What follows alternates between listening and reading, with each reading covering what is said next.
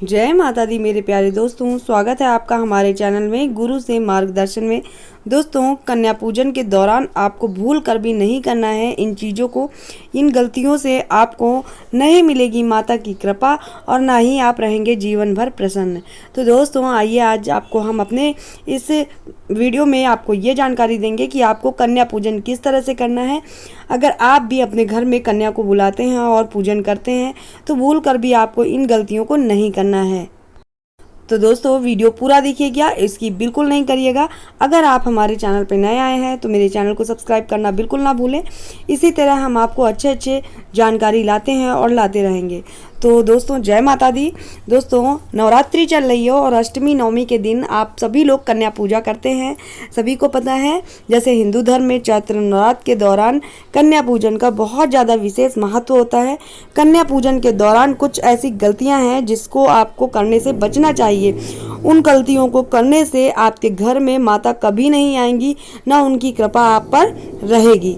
तो दोस्तों, आपको कन्या पूजन के दौरान क्या गलती नहीं करनी है, तो इस वीडियो को अंत तक देखिएगा और बिना स्किप किए हुए देखिएगा।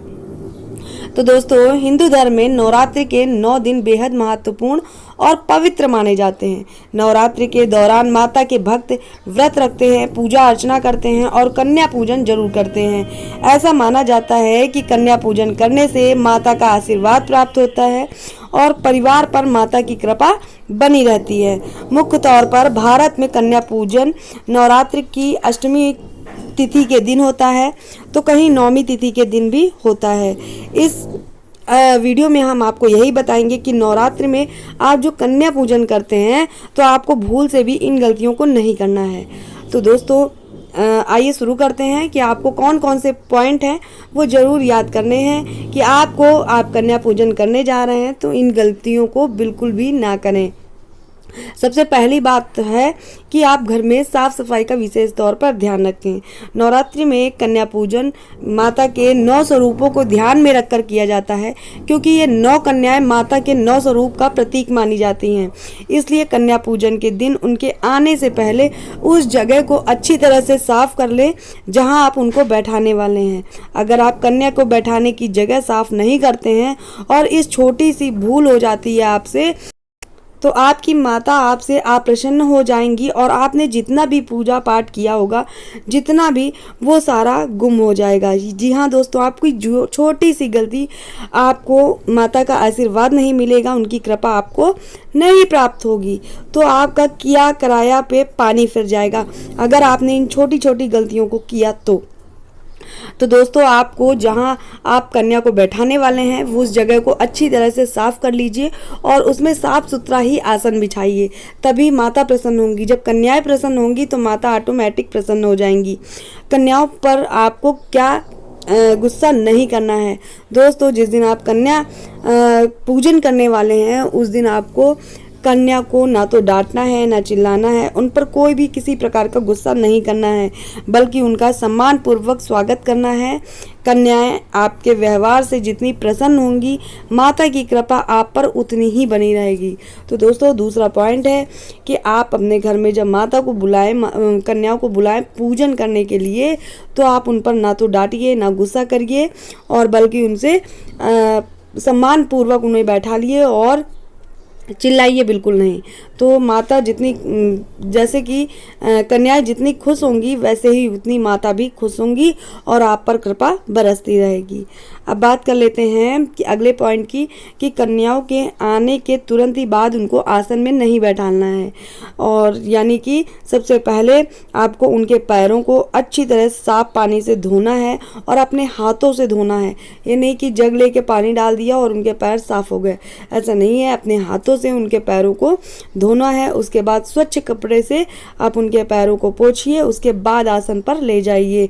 तो ये बात बिल्कुल भी ना भूलें कि आपको कन्या जैसे ही घर पे आती है तो तुरंत आसन पर नहीं बैठाना है। सबसे पहले उनके पैरों को धोना है स्वच्छ पानी से और अपने हाथों से धोना है। उसके बाद स्वच्छ कपड़े से उनके पैरों को पोंछना है, फिर आसन पर आपको बैठाना है। दोस्तों, आसन पर बैठाना है। देखिए उस दिन कन्या का पूजन किया जाता है, इसलिए यह विशेष कर ध्यान रखिएगा कि कन्या को किस दिशा में बैठाना है, कन्या का मुख जो है किस दिशा में होना चाहिए। तो बात कर लेते हैं दिशा की। आसन पर बैठाकर कन्याओं का तिलक किया जाता है और इस बात का ध्यान रखना है कि तिलक करते समय कन्याओं का मुंह उत्तर पूर्व दिशा की ओर होना चाहिए, यानी कि ईशान कोण की तरफ होना चाहिए। गलत दिशा में कन्याओं को तिलक करने से आप पर माता की कृपा नहीं होगी, आप माता कृपा से वंचित रह सकते हैं। इसलिए कन्याओं के आने से पहले ही देख लें कि आपके घर के उत्तर पूर्व दिशा किस तरफ पड़ रही है, उसी तरफ आप कन्याओं को बैठा लिए जहां उनका मुंह हो। ईशान कोण में देवी देवता का निवास होता है, इसलिए इस दिशा में कन्याओं को तिलक किया जाना चाहिए, क्योंकि ये 9 कन्याएं 9 माता का स्वरूप होती हैं। और दोस्तों इस बात का ज़रूर ध्यान रखिएगा, अगले पॉइंट में बताते हैं कि इस बात का ज़रूर ध्यान रखिएगा कि जब आप 9 कन्याएं बुलाएं तो उनके साथ एक बालक को अवश्य बुलाएं। अगर आप कन्याओं के साथ बालक की पूजा में नहीं बुलाते हैं बालक को, तो आपकी जो कन्या पूजन है वह काम अधूरा रह जाएगा।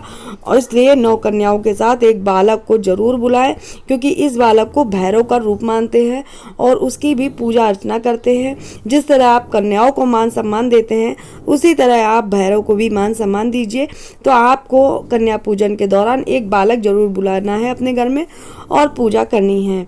तो दोस्तों ये तो हो गई कन्या पूजन की बात। उसके बाद आपको भोजन के बाद आप अपनी सामर्थ्य के अनुसार दक्षिणा नहीं दे पा रहे हैं तो कन्या पूजा अधूरी पूरी नहीं मानी जाती है दोस्तों। इसलिए कन्या पूजन के बाद अपने सामर्थ्य के अनुसार कन्याओं को हाथ में दक्षिणा जरूर रखनी चाहिए, चाहे वो 1 का सिक्का ही हो, आप उनको दक्षिणा जरूर दीजिए। बालक को भी दीजिए और कन्याओं को भी दीजिए। जब तक आप उन्हें दक्षिणा नहीं देते हैं तो ये कन्या पूजन अधूरी मानी जाती है। इसलिए आप जो भी आपकी सामर्थ्य हो, आप उस हिसाब से आप दक्षिणा दे सकते हैं। दोस्तों अब लास्ट में बताते हैं आपको कि आप माताओं से, जो हमारी कन्या आती हैं, कन्या पूजन में कन्याओं के पैर छूइए और उनका आशीर्वाद जरूर लीजिए। लेकिन इस बात का आपको ध्यान रखना है, कोई कन्या आपके पैर ना छू ले। यानी कि बहुत से लोग ऐसे होते हैं कन्याओं जिनके जो लोग बड़े अपने से बड़ों के पैर छूते हैं, तो इस बात का जरूर ध्यान रखिएगा कि इसमें कोई ऐसी कन्या ना आ जाए या आप उसे रोक के रखिएगा कि वो आपके पैर ना छू ले। इस बात का विशेष ध्यान रखिएगा कि आपको कन्या के पैर छूने हैं और आशीर्वाद लेना है। इस बात का ख्याल जरूर रखिए कि कोई कन्या आपके पैर न छू ले। कन्या पूजन के बाद अंत में कन्याओं को आशीर्वाद लेकर उनसे विदा करना चाहिए। तो आप जब कन्या भोजन कर लें, आप उनको दक्षिणा दे दें, उसके बाद आप पैर छूइए और उनका आशीर्वाद लीजिए। उसके बाद उन्हें विदा करिए अपने घर से। और उनका खुश होना बहुत ज़रूरी है, तो खुशी खुशी आप विदा करिए। हंसती हुई कन्याएं जाएंगी तो माँ समझिए प्रसन्न है और उनकी कृपा आप पर हमेशा बरसती रहेगी। अगर आप कन्या पूजन के दिन ये सारी बातों का ध्यान रखते हैं, पूरे विधि विधान से पूजा करते हैं, तो आपको माता का आशीर्वाद जरूर प्राप्त होगा।